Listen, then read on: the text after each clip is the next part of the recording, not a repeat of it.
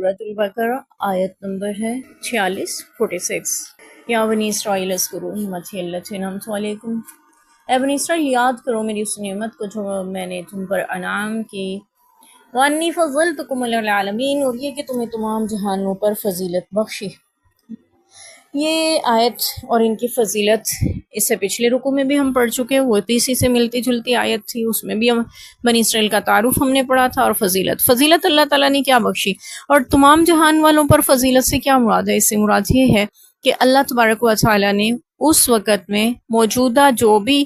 اقوام تھیں ان سب پر اللہ تعالیٰ نے بنی اسرائیل کو فضیلت عطا کی، اور ان کی فضیلت میں یہ چیز آتی ہے کہ اللہ نے انبیاء اکرام کو ان میں مبعوث فرمایا، اللہ تعالیٰ نے دنیاوی اعتبار سے بادشاہتیں ان کو عطا فرمائی، اور یہ اللہ کا ان پہ بہت بڑا احسان اور فضل رہا ہے کہ اللہ تبارک و تعالیٰ نے پھر ان کے لیے دریا میں راستے بھی بنائے، ان کے لیے پتھر سے چشمے بھی بہائے، اور ان کے لیے بادلوں کا سایہ فرمایا، اور آسمان سے من و سلویٰ بھی اتارا۔ اللہ تبارک و تعالیٰ نے بنی اسرائیل کو جو فضیلتیں عطا فرمائیں وہ جہان میں کسی اور کو عطا نہیں ہوئیں۔ یہی وجہ ہے کہ اللہ نے تمام جہان والوں پر ان کو فضیلت کو جتایا اور بتلایا، یاد دلایا ہے۔ اللہ تبارک و تعالیٰ یہ فضیلت یہاں پہ کیوں یاد دہانی کروا رہے بنی اسرائیل کو؟ مخاطب تو قرآن پاک کے ذریعے مسلمان مومنین ہونے چاہیے تھے، یہ بنی اسرائیل کا ذکر بار بار کیوں آ رہا ہے؟ ہم یہیں پہ ذکر کر لیتے ہیں کہ بنی اسرائیل سے متعلق یعنی حضرت موسیٰ علیہ السلام کی قوم بنی اسرائیل کہلاتی ہے۔ ویسے ہم نے پیچھے ان کا مکمل تفصیلی تعارف اس سے پچھلے سبق میں بھی پڑھا، یعنی پچھلے رکوع میں۔ تو بنی اسرائیل کے بارے میں آتا ہے، ہم موسیٰ علیہ السلام کا تعارف قرآن پاک کے 28 پاروں میں آتا ہے۔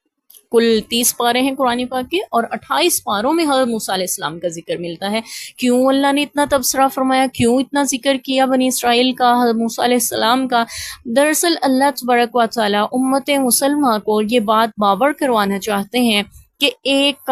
قوم جو ہے وہ اپنے عہدے سے معزول ہو رہی ہے، اور دوسری قوم کو اس کے عہدے پر فائز کیا جا رہا ہے، لہٰذا تم ویسی حرکتیں، ویسے اعمال، ویسے کردار، ویسے اخلاق، ویسی عادات مت اپنانا جو کہ معزول ہونے والی قوم نے اپنائے یا وہ کرتے رہے، وہ کام نہ کرنا، تم ویسے کرنا جیسے تمہارا رب کہتا ہے۔ اب ہم یہاں پہ ایک ایک چیز اسی زمن میں دیکھتے چلے جائیں گے کہ بنی اسرائیل کیا کرتے تھے اور ہمیں وہ نہیں کرنا۔ وہ نافرمانی کا کام نہیں، فرما بردار بھی بہت تھے، ان میں نیک بھی بہت تھے، انبیاء بھی انہی میں سے مبعوث ہوئے، نیک لوگ بھی تھے، اس کا ذکر بھی ہم پڑھیں گے انشاءاللہ۔ تو ان کی اکثریت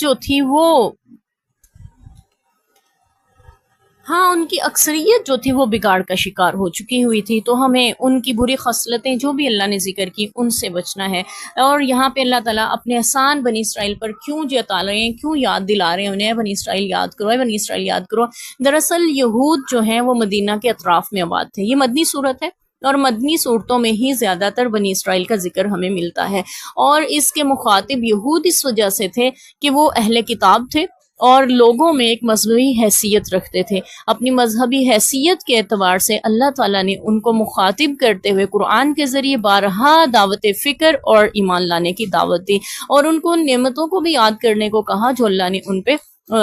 فرمائی ہیں، اور یاد دہانی کی، تاکہ تمہیں احساس ہو سکے جس رب کبریا نے، پروردگار عالم نے تم پہ احسانات کیے ہیں، تمہارے آباء و اجداد پر ماضی میں تم پہ جو کچھ بھی عطائیں عنایات فرمائی ہیں، اسی پروردگار نے نبی کریم صلی اللہ علیہ وسلم رؤوف الرحیم کو مبعوث فرمایا ہے۔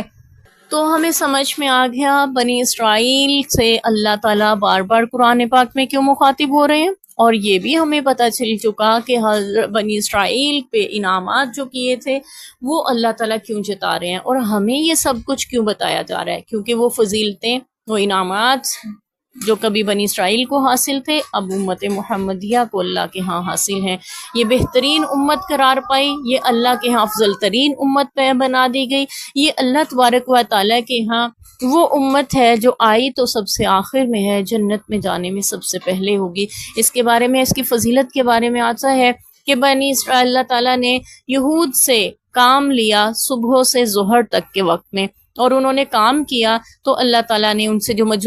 اجرت ان کی طے ہوئی تھی وہ 1 درہم 1 دینار یعنی ایک حصہ تھا۔ تو پھر اللہ تعالیٰ نے ظہر سے عصر تک کام لیا اہل کتاب عیسائیوں سے، اور انہیں بھی اجرت ان سے جو طے ہوئی تھی وہ 1 روپیہ، 1 درہم یا 1 دینار کہہ لیں، وہ طے ہوئی تھی، اللہ نے وہ ان کو عطا کر دی، یعنی ایک اجر ان کے لیے رکھا۔ پھر اللہ تعالیٰ نے عصر سے مغرب تک اس امت مسلمہ سے کام لیا اور ان کے لیے اجرت طے فرمائی دگنی، یعنی ان سے دوہری۔ تو پہلی قوموں کو اعتراض ہوا، اللہ جی ان کے لیے دوہرا اجر کیوں؟ اللہ نے فرمایا کیا میں نے تمہاری اجرت میں کمی کی؟ انہوں نے کہا نہیں۔ اللہ نے فرمایا پھر یہ میرا فضل ہے، میں جسے چاہوں عطا کر دوں۔ یہی وجہ ہے کہ یہ امت نیکی کا خیال کرتی، ارادہ کرتی ہے، اس کے لیے نیکی لکھ دی جاتی ہے، اور جب نیکی کر لیتی ہے تو ایک نیکی کا اجر 10 درجے بڑھا کر لکھ دیا جاتا ہے، اور اگر خلوص زیادہ ہو جائے اور زیادہ اللہ کی رضامندی اور زیادہ مشقت کے ساتھ نیکی کی جائے، یعنی حالات ایسے نہیں اجازت دے رہے لیکن پھر بھی آپ نیکی کر گزرتے ہیں، تو اللہ کے یہاں اس کی قدر و قیمت بڑھتی چلی جاتی ہے۔ آپ کی قربانی کو دیکھتے ہوئے، آپ کے خلوص کو دیکھتے ہوئے، آپ کے اثار کو دیکھتے ہوئے قربانی کی آپ کی نیکی کا اجر بڑھتا چلا جاتا ہے، یہاں تک کہ 7 کی بجائے 10 کی بجائے 700 گنا۔ پھر اللہ نے یہ بھی فرمایا کہ اللہ بے حساب بھی جسے چاہے عطا فرما دیتا ہے۔ اور اگر گناہ کا ارادہ کرتی ہے یہ امت تو فرشتے کو حکم ہوتا ہے اس کا گناہ نہیں لکھا جائے گا، اس کے لیے حکم ہے کہ وہ گناہ کر بھی لے امت مسلمہ کا کوئی فرد تو اس کا انتظار کرے، شاید وہ توبہ کر لے، اگر توبہ کر لے تو بھی گناہ نہ لکھا جائے، اور اگر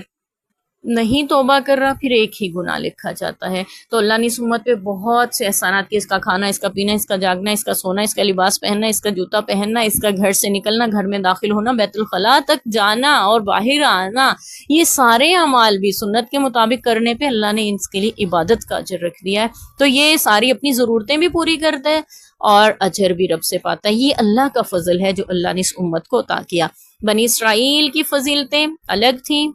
جہان والوں پہ ان کو حاصل تھی، اب امت مسلمہ کو یہ فضیلتیں حاصل ہیں۔ اب امت مسلمہ کو اس عہدے پر فائز کیا گیا اور کہ فضیلتوں والی امت بنا دیا گیا، اور اس کی وجہ یہ ہے کہ پہلے نبی جو کام کرتے تھے نا، نیکی کا حکم دیتے تھے، برائی سے روکتے تھے، اب قیامت تک ہمارے نبی پاک صلی اللہ علیہ وسلم کے بعد کوئی نبی نہیں آئے گا، تو پھر یہ کام اللہ نے امت محمدیہ کے ذمہ لگا دیا، اس لیے اس امت کو فضیلت عطا کی کہ تم نیکی کا حکم دو گے، اب برائی سے روکو گے۔ اللہ ہمیں اپنے مقام کو سمجھنے کی توفیق دے، شکر کرنے کی توفیق دے، اور اپنی ذمہ داری کو بھی سمجھنے کی توفیق دے، آمین۔